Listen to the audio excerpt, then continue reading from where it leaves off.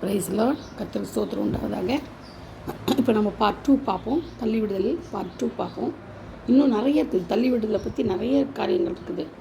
நம்ம கீழ்ப்படியாமையாக இருக்கிறோம் இல்லையா, அதை தள்ளி விட்டுறணும், கீழ்ப்படியணும். நம்ம பெரியோர்களுக்கு பெற்றோர்களுக்கு என்ன செய்யணும், கீழ்ப்படியணும். அப்போ என்ன செய்யணும், கீழ்ப்படியாமையை நம்ம தள்ளி விட்டுறணும். நம்ம அகங்காரமாக ஆணவமாக இருப்போம், பெருமையாக இருப்போம், மேட்டிமையாக இருப்போம். இதெல்லாத்தையும் என்ன செய்யணும், தள்ளி விட்டுறணும்.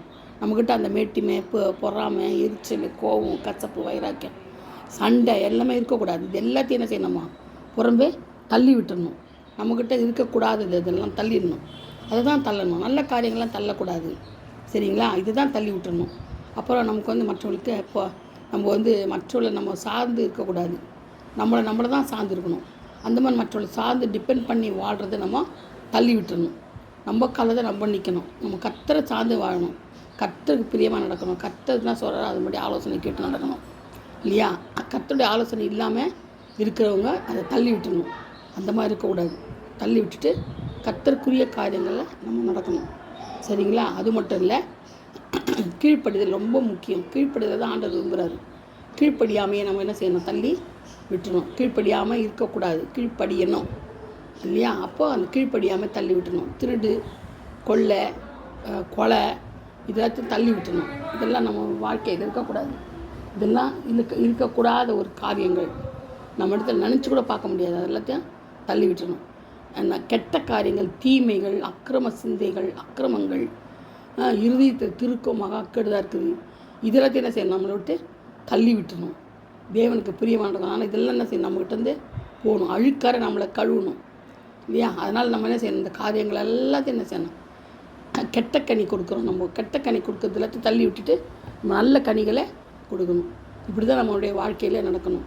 எல்லாத்தையும் தள்ளி விடக்கூடாது. நமக்கு தேவைகளை மட்டும், நன்மையான காரியங்களை தள்ளி விடக்கூடாது. தீமையான காரியங்கள் நம்மக்கிட்ட என்ன செய்யணும், தள்ளி விடணும். நம்ம தீமையான காரியங்கள் கூட சிலர் தள்ளி விடுறதை பற்றி இருக்குது. தேவனுடைய கட்டளைகளை தள்ளி விடக்கூடாது. தேவனுடைய கட்டளைகளை தள்ளி விடக்கூடாது. பாரம்பரியத்தை நம்ம என்ன செய்யக்கூடாது, தள்ளி விடக்கூடாது. இந்த பாரம்பரியத்தை தள்ளி விடணும். பரம்பரையாக செஞ்சுட்டே வருவாங்க பாருங்கள், அந்த இதெல்லாம் காரியங்கள்லாம் தள்ளி விட்டுணும். கட்டளைகளை, தேவனுடைய கட்டளைகளை தள்ளி விடக்கூடாது இல்லையா? ஆண்டவர்கிட்ட உடன்படிக்கை பண்ணியிருக்கிறோம் இல்லையா? அந்த உடன்படிக்கை என்ன செய்யக்கூடாது, நம்ம தள்ளி விடவே கூடாது. உடன்படிக்கையை நம்ம மீறி நடக்கக்கூடாது. அதனால் நடக்கணும். உடன்படிக்கை மீறி நடக்காமல் இருக்கணும்னா அதை தள்ளி விட்டுணும். அந்த எண்ணங்களை தள்ளி விட்டுட்டு அதன்படி நம்ம நடக்கணும். தேவ சித்தத்தின்படி நடக்கணும். கீழ்ப்படிந்து நம்ம என்ன செய்யணும், நடக்கணும் இல்லையா? போதக சிக்ஷையை என்ன செய்யணும், தள்ளிவிடக்கூடாது. போதக சிக்ஷையை நம்ம தள்ளிவிடவே கூடாது, சரிங்களா? அது மாதிரி தேவ ஆலோசனைகளை தள்ளிவிடவே கூடாது. தேவ ஆலோசனை பெற்றுக்கொண்டு தான் நம்ம எல்லா காரியங்களும் செய்யணும். ஏற்கனவே நான் சொல்லிட்டேன். அதனால் நம்ம என்ன செய்யணும், நம்ம அழைத்தவர் உண்மையே உள்ளவர். அதனால் அவர் பேச்சு தான் கேட்டு நம்ம நடக்கணும். இயேசு கிறிஸ்து ஒருவர் தான் நம்மளுக்கு தெய்வம். மற்ற யாரும் தெய்வம் கிடையாது. உலகத்தில் ஒரே ஒரு ரட்சகர் கர்த்தராக இயேசு கிறிஸ்து ஒருவர் மாத்திரமே. அது நல்லா நீங்கள் புரிஞ்சுக்கணும். அதன்படி நீங்கள் நடக்கணும். அவரை என்ன செய்யணும், தள்ளி விடவே கூடாது. எந்த காரணத்தை கொண்டும் இயேசு கிறிஸ்து வேண்டாம், தள்ளி விடவே கூடாது.